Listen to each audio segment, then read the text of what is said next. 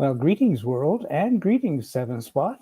How are you doing, John? Evening. I'm doing very well. Absolutely gorgeous day today, and I see on a lot of the groups there's been a lot of shows on, and people are going out to shows and getting the cars dusted off. Well, that's an interesting thought. I've got a very small little. I mean, it's not even necessary work to do on my seven to make it street worthy. But things I want to do to just basically polish up and get out on the road because yes, the weather is changing. It's now March. It's no longer winter. Well, I guess it is technically winter, but at least in Vancouver, the weather is certainly on the change. We're looking at, I think, the high of 11 today, and just a few hints of some rain. So, what's the weather like in Evesham? It's been 9 degrees, maybe a little bit higher during the day. Gorgeous because it's been sunshine all day. A bit cold if you get out the sun because there was a little bit of wind. But as I say, there's lots of car shows going on this weekend, and people are really starting to attend them now. They're definitely kit car or car show season is definitely underway now. It's brilliant to see across all the groups. And it's not just one or two groups, it's all the groups are getting out there, getting the cars out and supporting all these great events that people organise and put on. So, yeah, great. Yeah. Well, today we're going to be doing a bit of a promo and show about, as I had mentioned, car builder tips and tricks. But to start that off, over the years, we've had so many interviews with people about their builds and their projects. And the one thing that bothers me the most is basically getting trapped in the middle of a build and not seeing it come through to fruition. I mean, certainly that's what Chris and you have been discussing with the Avon Rescue. Avon. Yeah. How long did that build go before Chris? That's past hands. It's been through at least two owners, I think. We don't really know. Chris doesn't really know, but he did see a name on the bodywork panels. Obviously, that's when they were delivering it for whatever the name was. So that's been, I think it's gone through at least two hands, but that had been stood for 24 years. Wow. Yeah. And never really got anywhere. I think the engine was in, but it needed a total refurb, which you can all see in the Tiger Avon build. But then Chris, obviously, because of the size of him, he's a big chap. And the Tiger Avon is not huge. Let's put it that way. I mean, the Tiger do a load of different cars, wide bodies, that kind of thing. But the Tiger Avon that he picked up wasn't really big enough in the footwell space. So as you know, Jim, he's done a lot of modifications to that, but he knows what he's doing as well. Yeah. That's what I just wanted to get to is in my case, I managed to get into the build enthusiastically and with my two sons and with my life partner with me. But for me, I went on as a weekend warrior for about a year and a half before I got the project completed, which I think is fairly normal. But things happen in the middle when you're assembling it, and the motivation wanes. And then you're thinking about that light at the end of the tunnel, and I call it that flickering flame at the dark end of a tube. And sometimes you feel like you just never are going to get there. Never going to cross the line. And you see so many projects up for sale are for sale due to changing circumstances, or people getting married or moving house, and you think, if you could have just worked another few months on that, you could have just pushed that one over the line. But as you say, Jim, circumstances change. You get a bit disheartened. Yeah. Well, to that end, I'm going to. Yeah. Why don't we can have silence on the set for a moment? We're going to play a tribute to not getting caught in that with tunnel vision. Builder's tunnel vision. The cycle of acceptance is a predictable cycle most people go through upon receipt of diagnosis of builder's tunnel vision. Entering the cycle is unavoidable. How long it takes a person to complete the cycle is critical. The longer they're in it, the less likely they will ever fully complete the cycle. The cycle looks like this: normal existence, capable of normal rational reasoning. 1. Receipt of diagnosis of tunnel vision. Wow, that's bad news. 2. Denial. This can't be true. This is not happening to me. I know what I'm doing and it is you that is wrong. 3. Anger. Get out of my shed. You blankety, blank, effing blank. 4. Depression. Oh no. It's true, but there is nothing I can do about it. It's hopeless. Nobody could solve a problem like this. 5. Bargaining. I might as well agree that things are not going to change. A miracle is not going to happen. If I can just get out of wallowing in misery, I can start to think clearly again and manage the problem better. 6.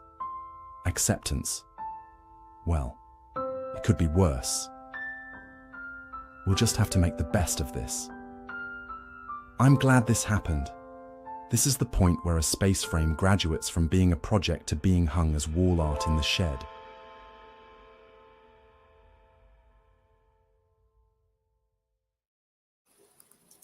Now I'm going to introduce Paul Gervais Smith. Hi, Paul. You're right. And there's Jay, who doesn't have his camera turned on. Hey, Jay, how are you doing? We're all at the wrong link, Jim. We were all at the old link you sent us earlier in the day, I think. I've just sent it back out again, but yeah, I saw your post, so yeah. Hello. Hi, Chris. Hello, Chris. How are you doing? Okay. Oh, this has been fun so far. We've had 10 minutes of joy so far. Yeah, okay. The show's over. Did it Because you couldn't see our ugly mugs or hear us talking. That's why. We were in a different place having a right old chat. Yeah. Oh, right. We were in one that I got like yesterday. We all got the same one a couple days ago. Either way, we're having a fantastic conversation about roll bars.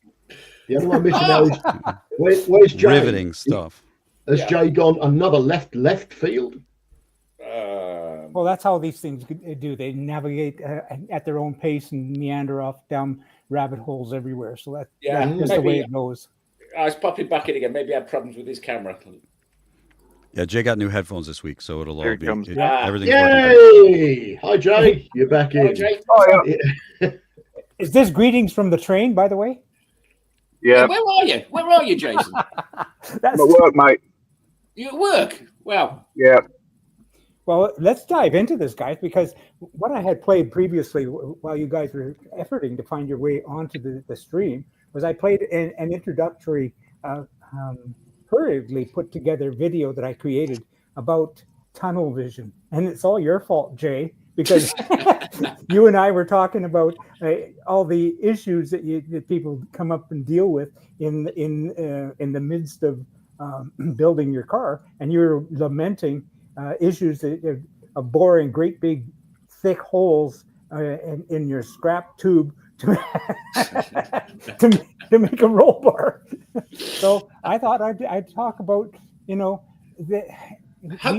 done this before many times, but I hate to see people get off to a start on a project and get their feet stuck in clay and never see it come to completion. I mean, the whole thing that about Avon Rescue that Chris and John have been having their show about is that car sat for 24 years. Yeah. And 3 different owners in that time as well. I guess I knew it had gone through a couple. It's gone through 3 owners, has it now? Yeah. Well, you're the 4th, then, but it is. You have finished it. It is virtually. I say virtually. Well, I'm just going to play at the slideshow right here. Surviving tunnel vision with the Avon Rescue with Chris Hollier. So now I've asked for just a couple of slides to kind of, I guess, tease the audience to say what's coming next, because you do have shows coming towards the completion of the project. But what's happening in that picture, Chris? Well, it's a bit of a not very interesting one. This is a manual choke conversion on the side. I find it interesting. Yeah, it's the Weber DGAV carb, because they come with a temperature operated choke. And for anything competition-wise, that's the very last thing you need. Yeah, you need complete control over cold start so that you can get it warm before you go down to the start line. Make sure it's turned off, you get maximum airflow. So it's a little aftermarket bolt-on kit. They're about 35, 40 pounds, something like that. For an awful lot of the modern kit builds that are using MX5 and stuff, this is redundant because people aren't using carburetors anymore.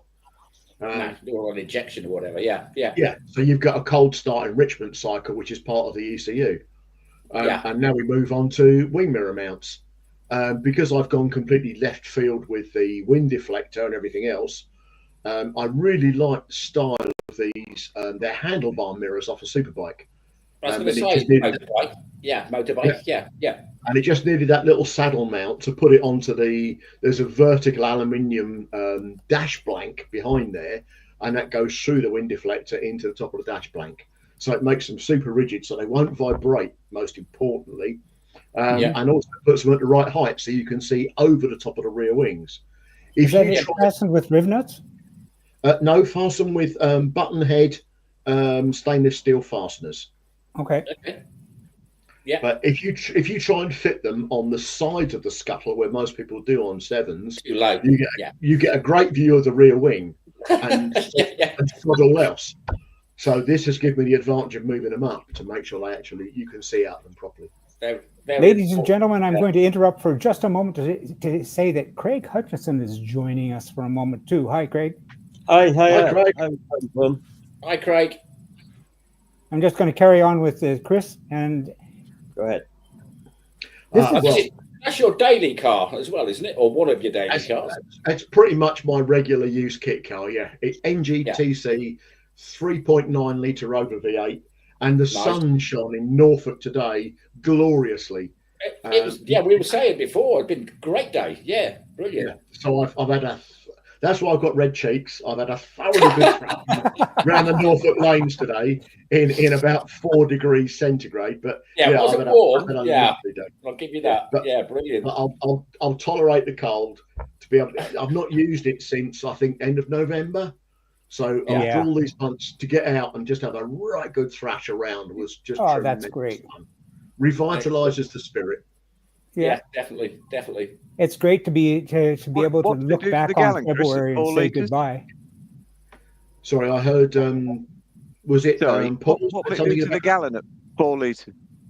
Well, surprisingly enough, because it's so light, I took it to the NG Owners Club do at Stratford-on-Avon, and we clocked 34 miles to the gallon on the journey there and back. Blimey. Now around town, I'm getting high 20s.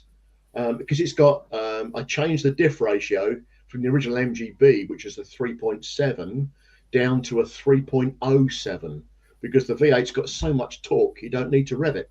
Right. No, exactly. Yeah. And with a 3.07 diff and an overdrive MGB gearbox, at 70 miles an hour, it's doing 1950 revs. So it's not difficult to find a 3.07 ratio for the diff? It was the original MGB factory diff ratio. So there's none of the original MGB ones left, but there's now a company that's making them as an aftermarket. Okay. You do have to rebuild the axle, redo all diff gears, and set them all up properly. But then when it's in there, it's just a joy now. The balance between torque and performance is absolutely on the money now. They're pretty lightweight. Is that? I mean, what V8 have you got in it? Is it a Rover 3.5, 3.9? It's a Rover. It's a 3.9 Rover. 3.9 Rover. Okay. Yeah. With mildly reworked heads, which I did here. A standard cam, standard bottom end, and a very slightly increased compression now, up to about 9.75 to 1. That's just made it all. I didn't want to go too extreme with it, because with a standard MGB gearbox and a standard MGB axle, you start putting more than about 200 foot-pounds of torque through it. You're going to start blowing things to bits. So, You'll see it. You'll see it in your rearview mirrors all over the road. Yeah. So it was always designed to be a tourer rather than a racer. Yeah, absolutely. Yeah. I think, and I think going overboard on performance in that style of car is, it just wouldn't suit it. You've got enough performance anyway. Yeah, I asked about the difficulty in finding the diff ratio, because I did explode the diff out of my MGA, and that's from bombing around with just the crummy little. Mine had a B engine in it, but it's easy to break the pinion gear. Yeah. Yes, I think the MGAs and the MGBs had the same rear axle, from my knowledge. Yep. Certain. So you've got a choice of 4 MGB ratios already available that will build into the MGA case. Yeah. And you can swap the pinions and gears out anyway, presumably, if you want to swap You the can, ratios. but you've really got to be careful about resetting backlash and preload every time you do it. You can't just throw them in. You've got to set them up fairly accurately. Yeah. But it's not rocket science. It's just a pair of good feeler gauges, some blue die cam, and a strain gauge. So it's doable in a home workshop. Yes. Yeah. Very cool. Well, moving on from there, let's just have a chat quickly about what's happening with the Avon Rescue, because you've got your own channel, which is Wheels for Change. Is it not? No, it's 4 wheels of change. 4 wheels for change. 4 wheels of change, but with the number 4. And I'm going to link that in the show description here so that people can come and see, because what we do at 7 Spot is, like, everybody who's a show host at 7 Spot, all of the information that they provide and upload to our server, both to YouTube and to StreamYard, can be and is available for editing or in complete finished form for your own channels. So we want to make sure that we can promote your channel and get it up and going. Yeah, we share all videos. So if you want a clip of what we've done, or you post a clip of what you've done, we share it across all our platforms. So do you know what I mean? We share all, and we're happy to promote other people's channels. Yeah. All the show guests, even if you're not a channel member or you're just a guest out of the blue, if you want to have any of the video feed for your own show channels or what have you, we provide it, no problem. With that in mind, I'm going to bring in Paul Gervais Smith right now. My Nomad experience so far, so good. Yes, I saw a couple of your posts tonight, because you've been struggling with. I can't remember what you're doing, but was it the petrol tank or the brackets you were going to cut off? But anyway, you can come on to that. Talk about that. Yeah. The petrol tank's been a bit of a challenge. I mean, Stuart down at MEV sold me that frame that you're looking at there in the picture, which is a slightly modified race frame. It's a race frame. That's the problem. That I say problem. It's not a problem. That's the problem. I say it's a problem. It's not a major problem. But because it's raked back more than the original road car. With the road car itself, you can actually buy with a full roll cage, but it's not the same as the race frame with a roll cage. So consequently, the subframe at the back actually sits higher in the frame. We've now worked out than the road frame does, than the subframe in the road frame. Therefore, there's in the Mark 2.5 fuel tank, there's a kind of sump, almost bubble at the bottom of the fuel tank, and so it doesn't fit underneath the orange bodywork. The orange hood, the hunch bit. Yeah. I did see some discussions about that, and there's a lot of helpful suggestions coming in and out. Yes, that's where you've got to drop it in there, right? Yeah, that's it. So it would go in there. I've dropped out the subframe so I can weld in those corner pieces that you're looking at to put in a drip tray for an aluminium fuel tank that will then sit on risers about 15 mil higher. Sure. All of which will then fit comfortably inside the orange cover at the back. Yeah. And then it's my plan to mount the 5th full wheel. Yeah, see that? You can see it's on the wonk there. The bar at the back. Yeah. Where you see the hoop as it loops around at the bottom, those 2 bottom brackets actually bolt to the subframe before the strengthener goes on. And that whole arrangement is different on the track car. So to cut a long story short, after much fettling and cleaning and preparing of the fuel tank, it doesn't fit. But that's all part of the fun, isn't it, really? But the reason I wanted that chassis, that frame, is because, as you know, I'm hoping to weld up some 2 side pods in the same lattice work that will provide storage, and then a kind of a roof rack for the top of the space frame, top of the roll cage, which will have, again, for storage, dry bags, that sort of thing. And I've actually got a lift kit for it. I've seen guys who put 2 lathes up there, and that works remarkably well. Yeah, like the storage Right. boxes. Yeah, roof rack boxes. And you're hoping to go touring in this, which is why you go in for the bigger fuel tank and kind of like chunky off-roady tires. Is it Spain you're going to drive it down to and go touring? Well, I'm gonna. It's an MX-5, so it should, in theory, be reliable, shouldn't it? I'm not gonna, and no forced injection or anything special. I'm just gonna stick to the 1.8 naturally aspirated engine and don't do anything to it. Get it through the IVA first, then add the lift kit, and go from there. But yeah, through the Channel Tunnel, down through France, Portugal, and onto the south of Spain, or as far as I get. Let's see. Yeah, might end up in Dakar. Yeah. I mean, I'll be fairly familiar with the workings of an MX-5 by the time I get to the end of it. I reckon you will. I'm fairly clued up now. But ironically, the bespoke aluminium fuel tank that fits underneath that orange cover actually holds more fuel than the stock tank, which you can't get under the cover. Yeah. Oh, okay. So from a touring point of view, that's probably your that's best not choice. a bad thing. Yeah. But it's more expense, but then I daren't look now. I've just stopped looking at the receipts. That's the way it goes. Yeah. Are you using the VVC engine, Paul, or is it just a standard fixed cam one? Yeah, it's a VVT one. So it's there. In fact, you can see the pipework gives it away on top. Oh yeah, so, lovely. I'm just in the process now. I've stripped all the ancillaries off it. The next job is to clean that down.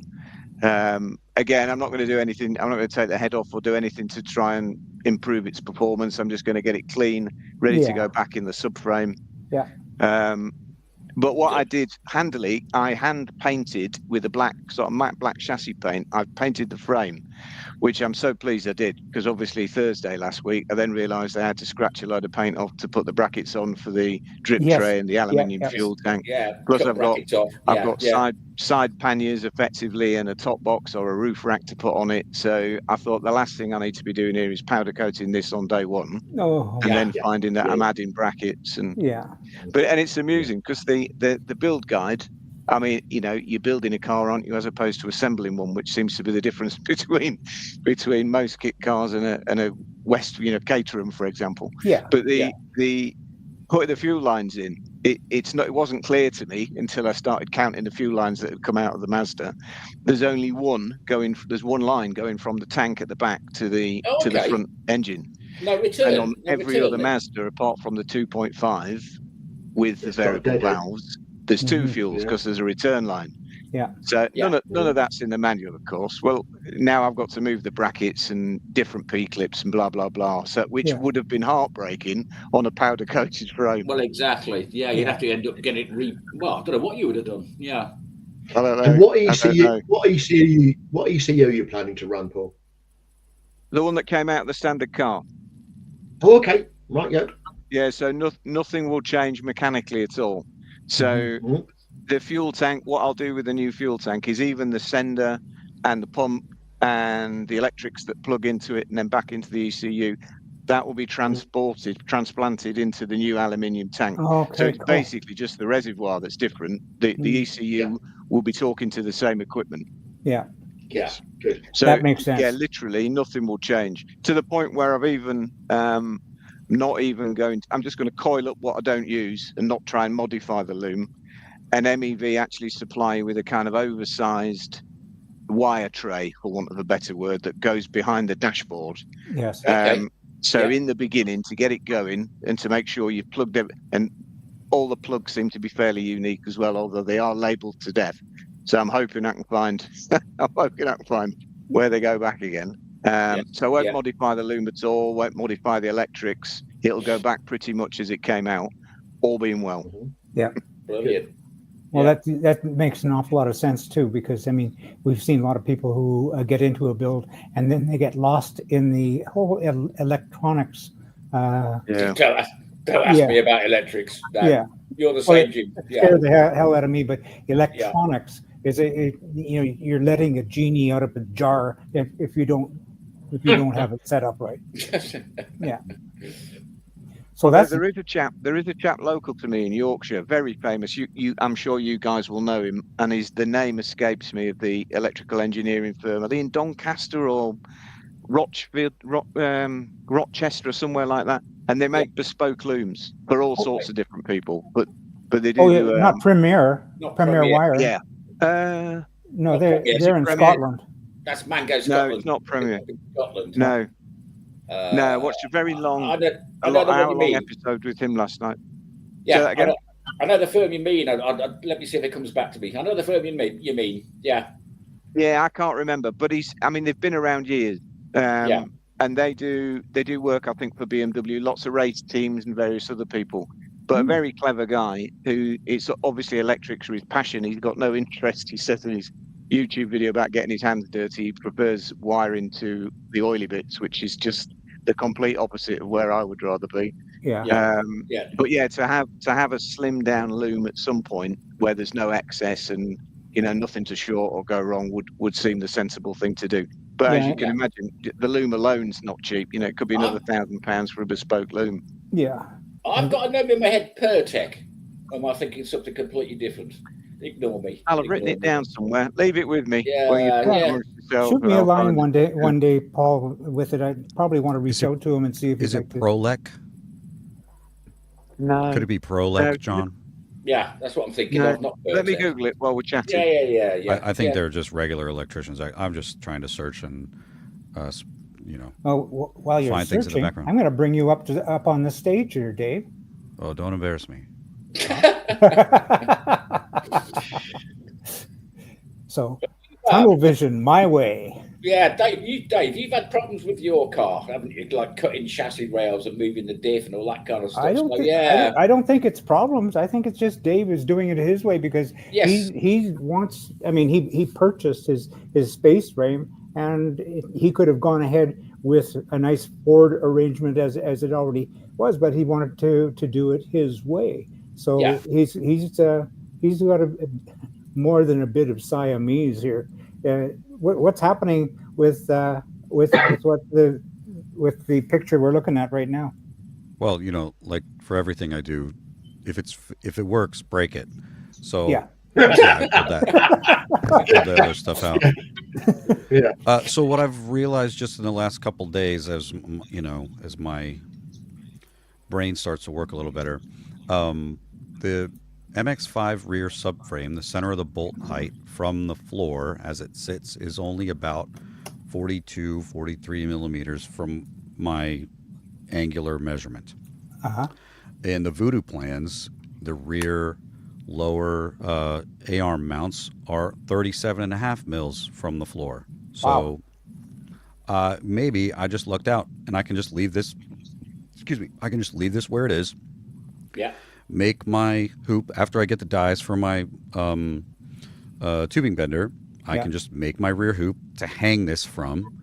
It's far enough forward in the frame that I will have a 94-inch wheelbase as it sits right now. So I moved the front subframe. There's another picture in this where I push the front subframe forward a little bit. Yeah, and there's the height thing. Okay. Yeah, so you can see the maybe it's 42 plus some dust. But from 37 to 42, that's going to disappear when I sit in it anyway.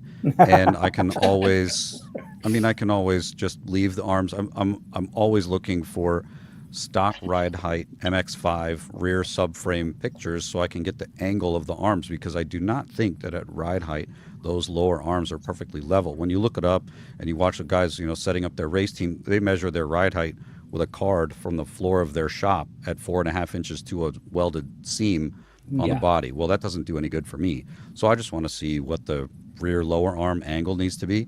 And I threw it on there today, and sitting flat, I've got more than 2 inches. Or this is where I just jammed the front subframe in, but I've got more than 2 inches of bump from level ride height before the tire would touch the frame. Yeah. So I've lucked out there. I've centered the rear subframe as best I can. And I've got, an extra 1/4 inch, and that's with the 5.5 40 mil offset stock pedal wheels, right? Those old Miata pedal wheels. So they look like mini lights, but I just sent a thing to Compomotive about their mini lights in 4x100, because they do have a lower offset or like a zero offset 15 by 8 wheel that's a real mini light. They would look. I like the look of mini lights. That's why I do. when I would find those stock Miata pedal wheels. And then this is what the front looks like right now. I'm trying to use all the stock rack positions and mounting locations. And after a couple of back and forths on Facebook with Oliver Picard, decided probably I can eliminate most of the framework of this and attach it to my frame appropriately, so that even though I'll use that subframe to mock up distances fore and aft and left and right, that's also centered, and it's I think it might actually work, and I'll have plenty of room for like headlamp clearance at full lock, because those arms where I have to make a plate, like make vertical plates that will attach the front arm to the tube frame, to the space frame, there'll be plenty of places to stick a headlight mount, and then we'll deal with suspension later. I'm hoping to not make my own. Yeah, and so this is the front, which should be 50, 58, something. I don't remember from the Voodoo plans. The front lower arm mounts are in the mid 50s or something from the floor, from the bottom of the frame, and this is how it sits on my table. It just sits here like this. So again, we're like 5 or 6 mils. It's gonna be okay. So I may just like stick them on there where they are right now, and eat that up with extending and that extra 1/4 of an inch of suspension travel that's either extended to lift the suspension or not, seems more solvable than trying to make a baby notch in the frame and then put a plate and another gusset and it can just sit there, and then we'll deal with sump height. We may have a separate solution for that, and the whole thing might just ride a little high. Yeah, the other solution gets really expensive, but and then exactly. So I just tried to sort of measure what I think my wheelbase is going to be, and between 93 and 94, that would make me really happy. Since it's a 442, some people are running around 442s with like 100-inch wheelbase. Wow. And that's like my wife's Hyundai Tucson. It's like 100-inch wheelbase. That's a long car. I think that Chris would actually fit in that. Yeah. I'm going to have a full-size model of Chris as my hood ornament. Don't expect it to go around corners. It'll be great. But we were just talking about. If you go back just one picture for a moment, Jim, it shows you really nicely the lower offset bushing or offset washer they've got, and how it affects the camber angle on the front suspension. By rotating that washer that's just behind the tape measure, where it butts up against that little notch that's out from the side, you can move the lower arm in and out. Great feature. So you can affect the front wheel camber angle really simply. Great system. And that's why I want to just use some stock parts that I cut off of stock parts. Oliver built his out of plate and welded on a little tab and all of this, but that involves measuring and fiddling and precision. I mean, I can weld stuff in place in the right place. I've done it before, but it also extends, my solution is easier. And it extends the build. I mean, if you want to get out and enjoy it, I mean, we've got guys that we've interviewed and they've been into their build for 20 years, It's just like, no, finish it and use it. I'm going to get in trouble way before that. Yeah. I don't know what else I sent you. Oh, I sent you some rear wheel pictures because after I got through this, so this is what the very weird. So this is a factory Caterham fender from the opposite side, right? It's the left. Quite it's wide. a left fender. Yeah. From a 93 that my dad's friend, well, now my friend. I did an interview with Bob Cullum, who has an Elise, and he has a 93 with a Ford SVT motor in it. So he gave me this fender because it was damaged, right? And like damage for him is like, I can't even tell. It was circled in paint marker, and you can't tell. Anyway, So, but this is the weird thing about a 442 is that if that whole fender was 2 inches further inboard, the wheel gap would not look nearly as weird. Yeah. But with 4 inches more frame width, you lose a lot of that. So I'm going to have to make some decisions about fenders. But I still am going to order some much lower offset. This isn't with spacers on there? Are you? No. No. This is spacer free, and that's what I wanted to check today. So I threw all this stuff on there this morning and lifted the wheel up and down, and I have more than 2 inches of bump before the wheel even approaches the tire approaches the frame. Yeah, so I see a lot of comments about. Yeah, I see a lot of comments about using wheel spacers. Some people say, "Yeah, go for it." Some people say, "Well, no, don't." Yeah. I've got no experience with them. I think in something this light with a centering ring, it's not unreasonable. Okay. So I have some 30 mil spacers that actually, I mean, they make a kind of a big difference. And I have to order new rear hubs anyway because because it looks like you don't have an awful lot of space between your body and your wheel hub. Yeah, I threw a piece of cardboard in there and it's just kind of jammed on with a piece of wood for height. But then there's one more, maybe straight from the side. I don't know if I sent you that one, just for like fore and aft, because what you can't really see in this one is that fender ends right at the curve of the frame. So this, like you can see down in that corner, like this looks to me what I want it to look like, that type of space, because that's still like 4 or 5 inches from the tire to the top inside of the fender. But since my frame is so tall, right, because it's 2 inches extra taller, you can see where the hoop lands and all this other things. Well, at the very back, where the fender ends, that's right at the beginning of the curve of the lower frame, curved frame rail. So there's a lot more support in this frame. Like if you look at like John in your MK chassis, I think your whole rear bodywork could come off, and like I don't know that there's a solid hoop that goes all the way around the bottom or the top. Yeah. Or is it it's like a short tube across just watching their current videos, it's like, oh, there's nothing back there, and this has a lot of tubing. Yeah.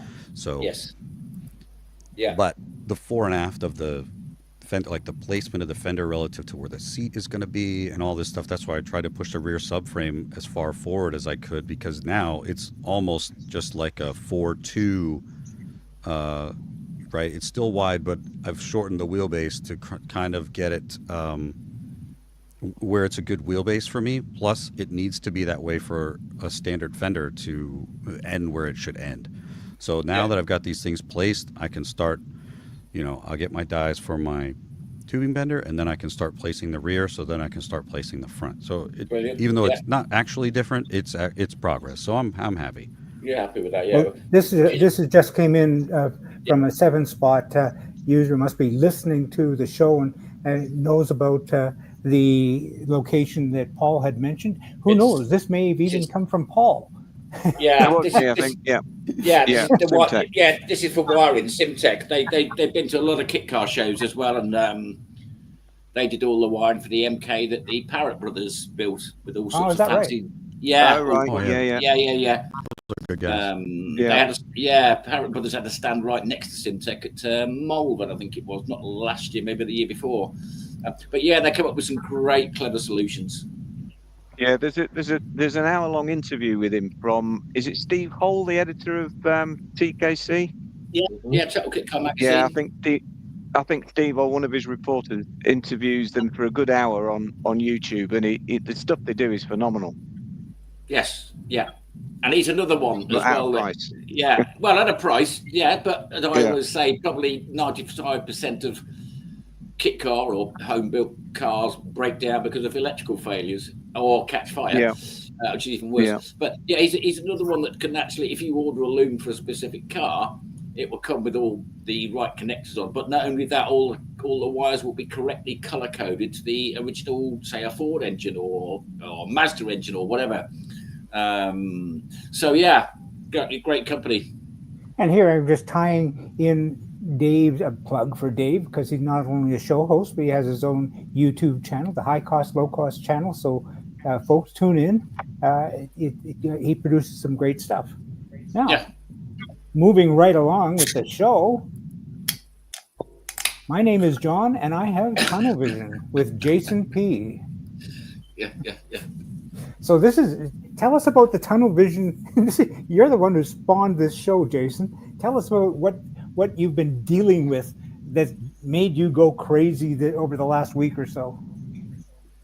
Right. Well, what's made me go crazy is having a mad push for Kitfest and having a well planned out list, and then not doing anything on that list and completely diverting onto other jobs that I wasn't even going to do in the first place.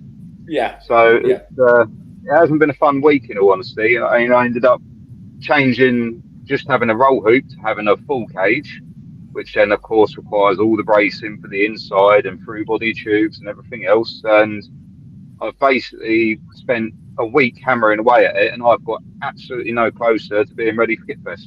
Right. Okay. Yeah. But at least you're still chipping away at it. Do you know what I mean? Yeah, you can bring it in on a sled and have it a static display. That'll be great. It's like those brackets that you've stuck up on the left-hand side.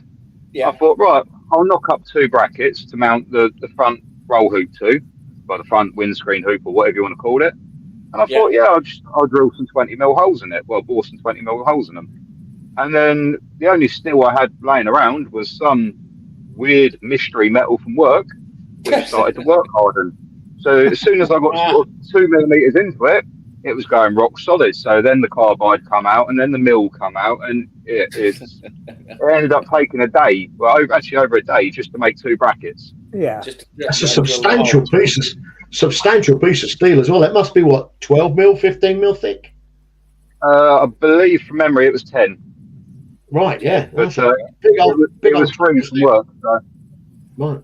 Yeah. Oh, so I'm just trying to get comfortable. Oh, yeah. It was a freebie from work, so it was too good to pass up, and it was either that or wait 3 days for Amazon to drop some off. So that go one. for it. Yeah. And that must have been a test to make sure that those were spaced and worked out well with that thickness. It was more. It's laying around, so it will work, or it has to work. Yes. Yeah. But they're all welded in now anyway, so I've got my front mounting points sorted. I took a hole saw to the mock-up body, so instead of clamping the bodywork in the front mounts, it actually the little tube on the side goes through and makes up to that plate. Then the bolt goes through, so there's no weak point of having the bodywork sandwiched in it. Right, got you. And where the body's made out of stainless steel, my hole saws wouldn't touch it, so I had to go and get new hole saws to drill through the stainless. And I've seen this picture before. Isn't that something that Bizzle has 3D printed for you? Your dash. He has, yeah. Yeah. Yeah, I originally had aluminium ones, but I just didn't get on with it. And then I tried steel, and it's like, I've had enough of it. And then Bizzle said, "Oh, I've got a 3D printer." It's like, right, I'm going to send you a template. Make that. I like it. I really like it. And the indicators at the bottom there, are they like painted on, or how are they done? No, it's actually they're actually like 3D printed inserts that go into it from behind. Yeah. Okay. So it's actually really cool how he's done it, and he's given it like the black. He's given it like a textured finish, so it looks like an '80s Volkswagen. Mm-hmm. Yes. Yeah. It's I can't remember the name for it. Some kind of weird stippling effect, but it looks really, really good. Yeah. We used to call it wrinkle finish. Yes, wrinkle finish. I know. Yeah, Hammerite Very, used to do the old very similar. Yeah. Yeah. Yeah, it's very, very similar to the finish. I was going to mention your rear wing as well, because it came up on some previous slides and previous shows, and I've just seen it again. You've made that rear wing yourself, haven't you? Yes. Yeah, it's an aluminium frame, then basically put foam into it, bonded it all together, and I'm going to skin it in carbon. Yeah, almost like building, because I built a load of like radar-controlled aircraft, and I can see exactly what you're doing in terms of like the wing rib templates and things like that. And then you've covered it over with what, fiberglass or? No, at the moment it's got some weird form of it's like grease etching paper, draft paper. Sorry. Oh, okay. So it's like very, very thin cardboard, but it's very tough. Yes. So I've skinned it over with that. Just, when I laminate it in the carbon fiber, the resin doesn't seep through into the foam and melt it, and it doesn't sort of start distorting on me. Yeah, brilliant. Yeah. Oh, there we go. But There's with the a bit, biscuits. but with a Oh, bit of wait. luck, all the control unit for the spoiler and everything should be coming tomorrow night. Oh, that'll be cool. You say you got a control unit for the spoiler? What, movable or? Yes, I'm doing active aero on it. Okay, Yeah. I didn't know that. I didn't put those pictures in just yet, Paul. I didn't know whether you wanted to have those secrets disclosed just yet. No, it's open book with it. So the rear spoiler / air brake pivots up 90 degrees, and then I've got winglets that I'm building to go on all 4 arches to balance the car out when the air brake goes up, and it's all going to be progressive with like the brake force and speed. Okay, I'm looking forward to seeing more of that. So yeah. It's and how many spanners do you have to bring along to disassemble your kit when you're at the track? Oh, that's another thing. Yes, great feature. I think I've got it down to 4. Just four size spanners and your wheel lug or wheel nut. Yeah, couple of Allen keys and a Phillips screwdriver. Yeah. A little bit. This is the great thing about. Yeah, this is the great thing about getting hardware from work. It's all the same size heads, so just find the right thread, find the right length, and job done. Yeah. Well, but yeah, I think I'm down to 4 spanners. Wow, brilliant. So I'm going to bring in Craig. How are you doing, Craig? Evening, Craig. Oh, you sound. How do you do, Craig? How are you? I'm here. I've got sound finally. Fine, thanks. Nice to be invited on, guys. Hope you're all well. Yeah, brilliant. Yeah. Right. I'm actually joining into the conversation just to add a little bit different. Basically, a lot of people may know that mini kits have been reinvited back to the NEC Restoration Show. Yeah. We are in Hall 5. We're back where we always wanted to be, but this time we're next door to our friends Sporting Bears. So we're on a prime spot this time, but has been coming back as being returning champions from last year. It's now setting the task. Can we do the double? Yeah, we know how hard that is, especially with all that, because last year we also got informed that we actually broke a record while we're there. We were the first ever kit card based group that ever won any sort of championship amongst the classic car restoration show. Yeah, brilliant. So great accolade.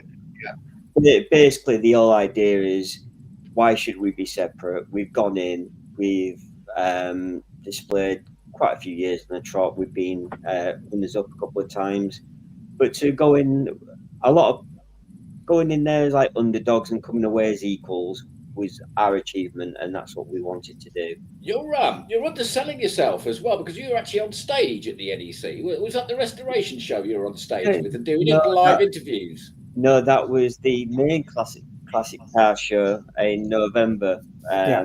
About 8,000 people in. And yes, I was invited on stage on the Saturday as one of their experts. So I'm sat alongside all the TV people and magazine people, and there's little old me sat there in the corner. And have they invited you back again? I haven't had my invite back yet. I'm sure they will do. I'm joking, obviously. Yeah. Yeah, it's a different show. Basically, it's run by. I'm trying to think what the name of the magazine what runs it this time. Practical Classics. Practical Classics. Yeah.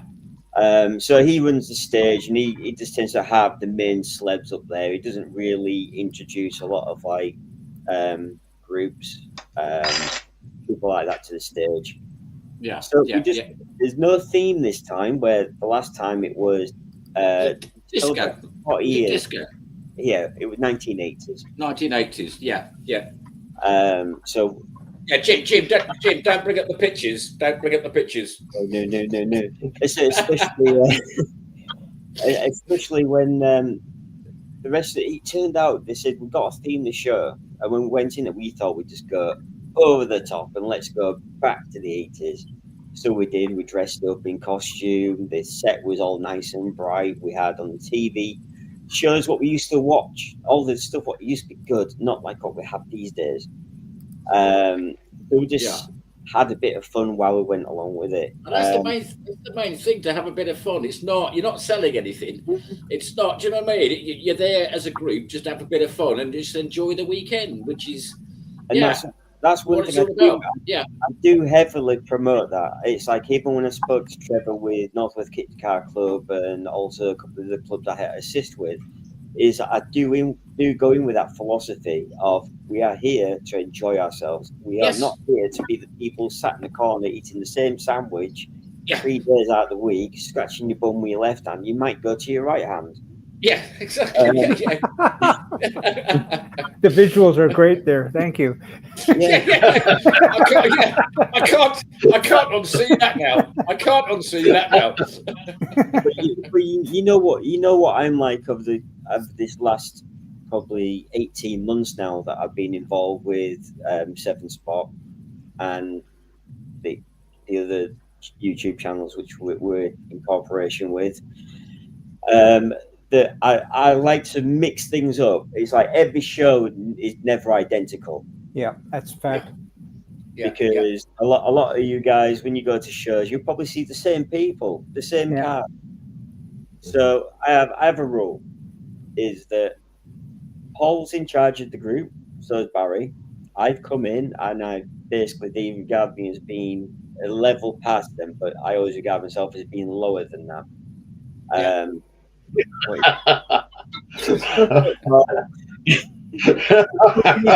when he's not here, he's still. I just invited him, and he's lurking in the background. He's afraid to come on. I actually asked him because I actually forgot what car he was taking, so I did actually ask him. Right, I'll answer his question. Right, this time we have 6 new cars. Every show is completely different owners. Yeah. So we like to have it. So we have the Status 365, which Paul is providing. Yay! Hard on that. And the idea of the show is that we actually work on our vehicles at the same time. We also have a Ranger coming. Mm-hmm. Rickman Rangers? No. Yep. Ranger. Yep. So we have a Ranger coming. Not the same one as last time. It's a different owner. So he's coming to have fun with us for the first time. We have a Scam, another one. Yes, there's lots out there. We have a Domino. There he goes again. He likes commenting. But we also have YouTube guests coming back again. Matt Green has asked to return. Oh, great! He's great. Oh, great! That's a great channel as well. If you watch Matt Green's channel, it is. Yeah. And the thing is, there was a deal to be had. I said you can come along as long as you can bring Frank, which is his 6R4 replica. Okay. It's one of a kind. It's engine and chassis based, actually off a Subaru. So that's gonna fly. Oh, I haven't seen it on the road, but it's a monster. I bet. I don't know. I don't know if Jim can get a photo up of it or not. If not, I'll try and go. I'll let John. He's got his tabs available. Okay. My tabs are full. Yep. I don't even know what I'm looking for. If you're okay, let me see what I can. While we're talking about that one, but also even more famous than that, because he came on as he'd been a guest one of the days. We've got Matt's dad coming. And he's bringing his £100 project car. I've been following that as well. I've been following that on their YouTube channel. Yeah, fascinating. They work on a farm or something. They've got a lot of farm or fields and stuff, and they just want something to muck about on. So it won't be IVA'd or is that what I'm thinking of? It's I'm trying to get the photo now. But basically, he's going to come along as well. We've actually got 6 cars on the stand this time. We've got a slightly larger stand because we're trying to compete with the next level of people. So just bear with me. I'm doing it as I'm talking. But you know what? Our adopted dad. Yes, he is. He is our adopted dad. Through the whole show, I had to ask the question while doing the paperwork. What's his real name? Because we all called him Dad for the whole weekend. But yeah, it's another great channel to watch because he is actually physically building things, you know, and he's not going to get lost in these hope and dreams kind of thing, which is what the theme of the show is about. Oh yeah, do you know what I mean? You know they're going to finish it. They're going, they're going to crack on and finish it. So it's great. Yeah. And the thing about it, which is really good, is that they're coming along. And yes, Matt's a YouTuber himself, but headhunted for being who he is. But he comes and has fun with us. And as I said, his dad came for one day, enjoyed it so much, he's leaving the other half at home. He's coming to join us for 3 days. His other half might be pleased with that because he's always down in the barn doing up cars, maybe. Yeah, but it's like I said, I always try and mix it up a little bit more. Every show I do something different. You don't want the same cars, no. No, not just the same cars, but the way I do the stand. Yes. So this year, I'm hoping if I can get a really good internet connection, we will actually have an on-site studio. Oh, that would be great. Do interviews on the stand. So rather than us go looking for everybody, if we have issues, they can come to us. Yeah. Yeah, we did try it at the NEC, as you know, and because so many people are there, they're all using the same bandwidth or whatever. You might get a few problems. So we ended up recording a lot of stuff. It doesn't. Yeah. But initially, what we're doing is we're cutting out the multi-channels. We're going to keep it to minimum channels so that we can use that. But also, while we're there, we can actually roam around. We can set off, we can put Paul off as being moving reporter while we're doing it. Yeah, brilliant. Be yourselves. Yeah. But yeah, we're mixing it up. Yeah, brilliant. We try and do that little bit more that no one else has ever thought of doing. Yeah, and I think people like the live format. In my view, they definitely do. And like this, we've got questions coming in. People can pop up a question, and we will answer. Not you, Paul. You can leave it alone. Well, it's his bedtime now, isn't it? What time is it? Yeah, it's 8 o'clock. It's his bedtime. Depends if he's got the fire on. If he's got the fire on, you won't hear nothing. You get like a 24-hour delay. Yeah. But no, it's going to be exciting. If this was done, he has his head on. Yeah, it's figured out it can spell things with more than 4 letters. So basically, we're back again. The dates are.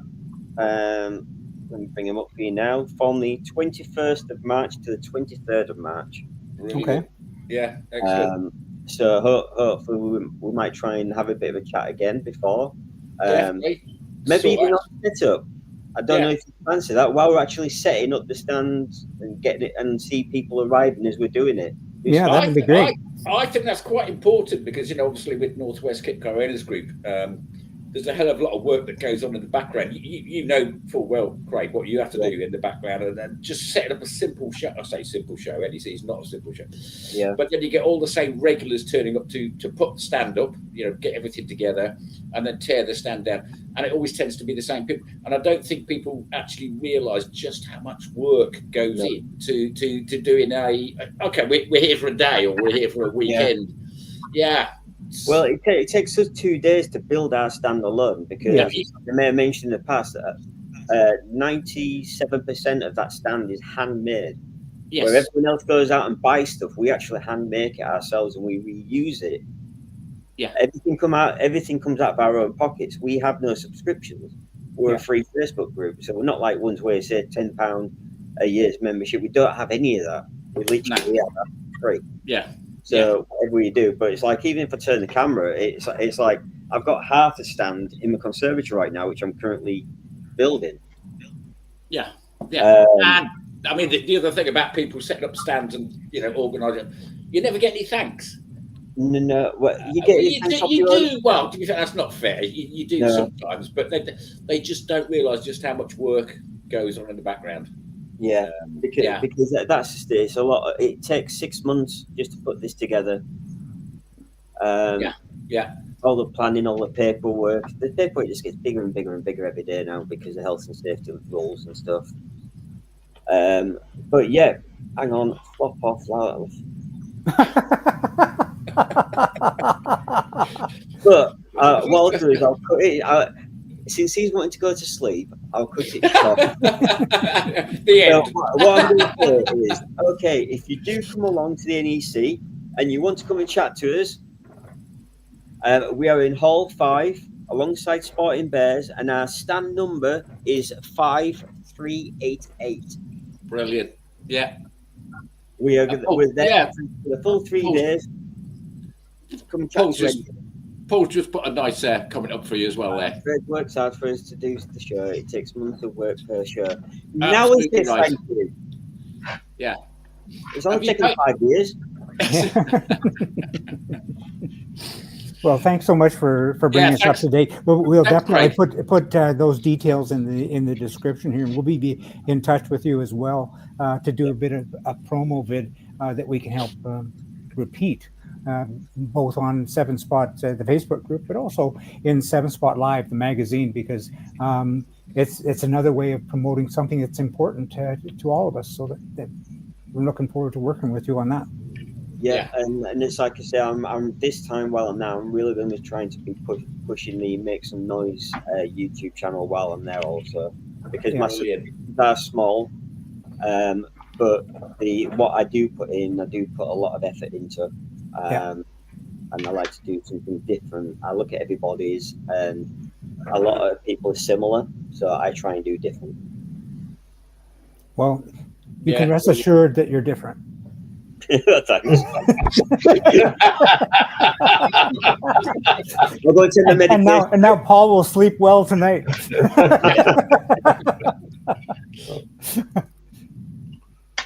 Whoops. What happened there? Oh, so I've just put it back into group layout. Where's he gone? I'll leave it to you. No, there we go. We put you back in. Yeah. Well, thanks so much for the update on that, Craig. Yeah, thanks, Craig. Really looking forward to, as I say, I'll be in touch with you about doing some promo stuff that we can get onto 7 Spot Facebook and also onto 7 Spot Live, the magazine. So that would be great. Yeah, cheers, Paul. I think we've lost our audio connection with Craig. Anyway, Paul, Craig. Well, I'm Paul. Yeah. Are you there, Craig? Always. Now, Craig, you've muted your microphone. I thought you were sick of me. That's why I muted myself. Yeah. I know my place. I'm married. No.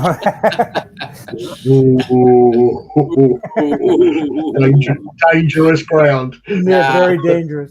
So, okay, I've got a brick wall and a set of doors between us, so I've got a head start. Yeah, and the Conservative door is open, yeah, and your car running. I don't know, but if you can see that little window up in that top corner, I think I can squeeze through that if I breathe in. Well, guys, it's been again an hour of time well wasted, and what can I say? I'm going to individually say thank you to Dave Lascelles, John Minion, Chris Hollier, thanks, guys, Paul Gervais Smith, Craig Hutchinson, and Jay. Say your last name for me because I can never pronounce it properly. Smith.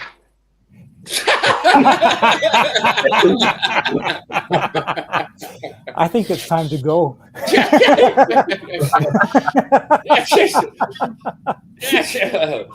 just cheers, everybody, and all you builders out there, don't lose sight of the light at the end of the tunnel. You will get there. Yeah. Just do a little bit every day, just like Dave Russell said. Sometimes, if he's just like he's been encouraged, go down there and scrape a little bit of rust off of the surface rust off the frame. Just go down there and look, take a few measurements, Eventually, these little steps add up to big steps, and you'll find your feet out of the clay, and you can see that light at the end of the tunnel getting closer and closer. Definitely. Even if you just go down and tidy the tools up, it's enough. It makes a difference. I'm still looking for that damn 10 millimeter. Yeah. So next time you go in the workshop, you haven't got to start by tidying up. You can go in with a fresh head. I'm going to order my 10 millimeters in bulk. Yeah.